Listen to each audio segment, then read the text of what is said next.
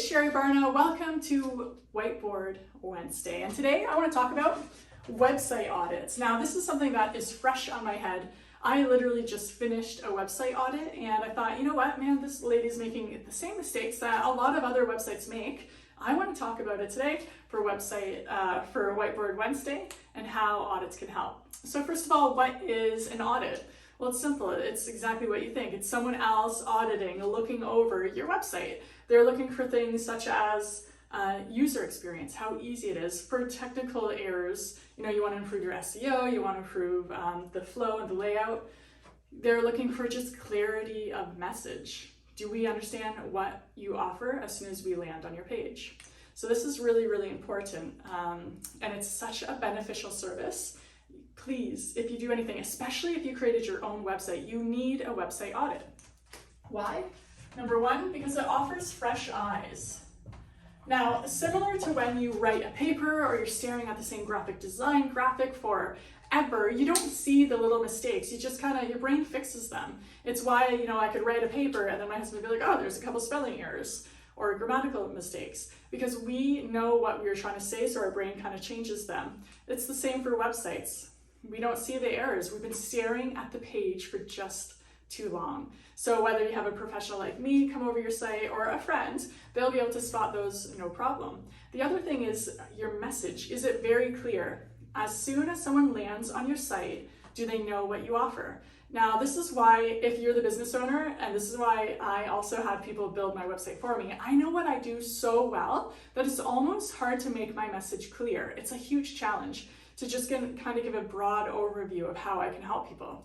So that is why having a secondary person be like, here's how you help people. I've seen other people literally with their websites, they talk about something that doesn't actually make their money, but for some reason that's where their train of thought went. So that was like their big opening paragraph on their home page.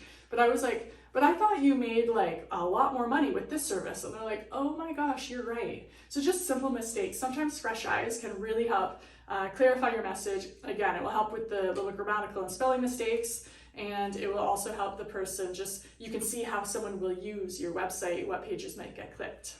The other reason SEO is very important. So the other reason you want to be audited is because you want to make sure your website is optimized. So what is SEO? It's search engine optimization. And what this basically is, in a nutshell, it's getting you on page 1 on Google. So when you search something like, hey, best Chinese food in town, and the Chinese restaurants come up, they're optimized. Google understands, hey, these pages are exactly what the user was searching for. Here you go. And of course, it makes this decision like split seconds. SEO is so important to your marketing plan. I can't even get into it. That's a whole other video. I don't want to talk too long about it. I don't want to get too technical, but there are a couple of things you can do to improve your SEO. And again, these are mistakes I see very often. Everyone's making them. Don't feel stupid if this is you. It just is what it is. So number one, again, along kind of with the clarity of messaging, there's no keywords. Keywords are what Google needs to see on your site. It needs to read your keywords. It needs to know exactly what you offer, or else why would it put your page up when someone's Googling you or your service? Your keywords, if you're a hair salon, it would be hair salon, hairdresser, hair cutting, Brantford hairdressing. It could be any of those keywords. Of course, we have, software and programs that we pay for that give us all the keywords and let us know what Google's actually searching for. So that helps when we do our audit. And we just tell people, hey, make sure you're stacking to a readable sense. You don't want to just randomly put your keywords in, but they have to be in your website. They have to be throughout the website. Again, the person I did today, their keywords, I understood what they did by their images and by the flow of things, but I didn't exactly know what she was selling. Her main thing was purses, but the keyword of purses, I don't even think maybe was on the homepage once or twice, and that's not acceptable. Google needs to see the homepage filled with your keywords. The other way you can really boost your keywords is when you put them in your headings. So the big text that's at the front or the top of your pages, If you're selling purses, make sure you put purses. Don't say like eco-friendly or beautiful new fall style, because Google doesn't know what that means. But Google will know eco-friendly purses or beautiful fall purses. So make sure your keywords are in not just your text, but in your actual headings. Now, the other common mistake I see is all about the pictures you use on your site. Now, pictures, obviously, you need them. There's no question about them. And I would even suggest paying a photographer to take them because they should be high quality images.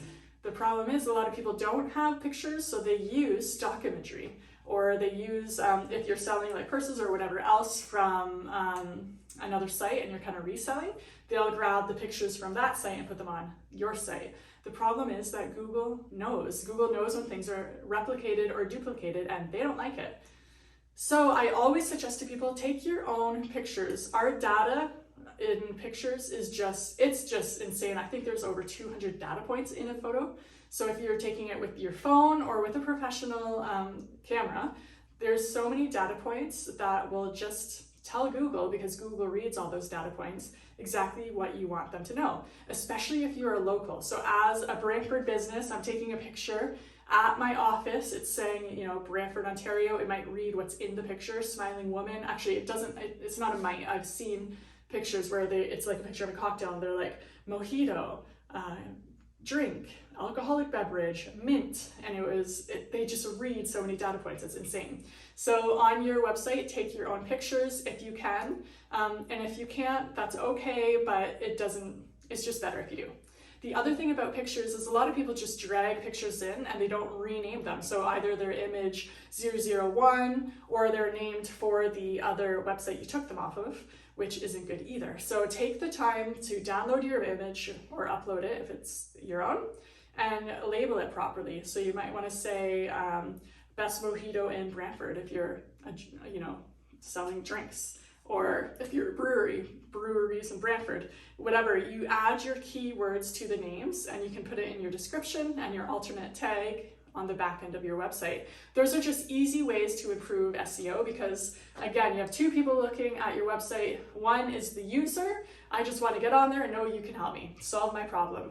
Number two is Google. That's where it gets a little more technical, and Google reads everything. So you need to have keywords, you need to have your pictures labeled properly, because that's how they know to put you up at the top when someone Googles your service, your city, your product, or anytime they Google anything remotely related to your business, you want to be the person who shows up. So I hope that was good. Again, website audits are very beneficial. It's worth it. That's all I can say. We've done it a handful of times for people and they've made the changes and they've seen the results. So if you're interested in an audit, let me know. And for now, that's it. Whiteboard Wednesday. Hope to see you soon. Thanks.